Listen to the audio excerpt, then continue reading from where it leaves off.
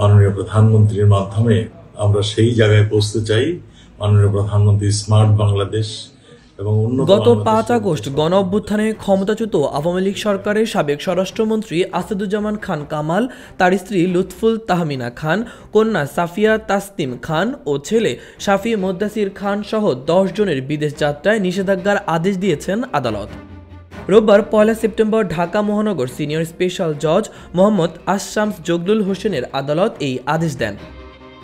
দেশ থেকে নিষেধাজ্ঞা দেওয়া অন্যরা হলেন স্বরাষ্ট্র মন্ত্রণালয়ের যুগ্ম সচিব ধনঞ্জয় কুমার দাস, সাবেক ডিআইজি মোল্লা নজরুল ইসলাম, স্বরাষ্ট্র মন্ত্রণালয়ের ভারপ্রাপ্ত অতিরিক্ত সচিব মোহাম্মদ হারুনুর রশিদ বিশ্বাস, জনসংযোগ কর্মকর্তা শরীফ মাহমুদ অপু, প্রশাসনিক কর্মকর্তা মোল্লা ইব্রাহিম হোসেন, স্বরাষ্ট্রমন্ত্রীর এপিএস মনির হোসেন ও শাফি মোদ্দাসির খান।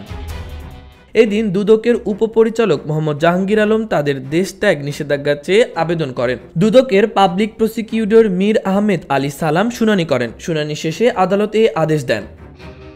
আবেদনে বলা হয়েছে, সাবেক স্বরাষ্ট্রমন্ত্রী আসাদুজ্জামান খান ও অন্যদের বিরুদ্ধে স্বরাষ্ট্র মন্ত্রণালয়ের অধীনে বিভিন্ন দপ্তরে বদলি, পদোন্নতি, জনবল নিয়োগ ও কেনাকাটায় সিন্ডিকেটের মাধ্যমে কোটি কোটি টাকার ঘুষ গ্রহণের অভিযোগটির অনুসন্ধান চলমান রয়েছে। অভিযোগ সংশ্লিষ্ট ব্যক্তিরা দেশ ছেড়ে বিদেশে পলায়ন করতে পারেন বলে বিশ্বস্ত সূত্রে জানা যায়।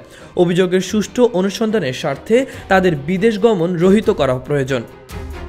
মাহবুবুর রহমান ইমন, খবর সংযোগ।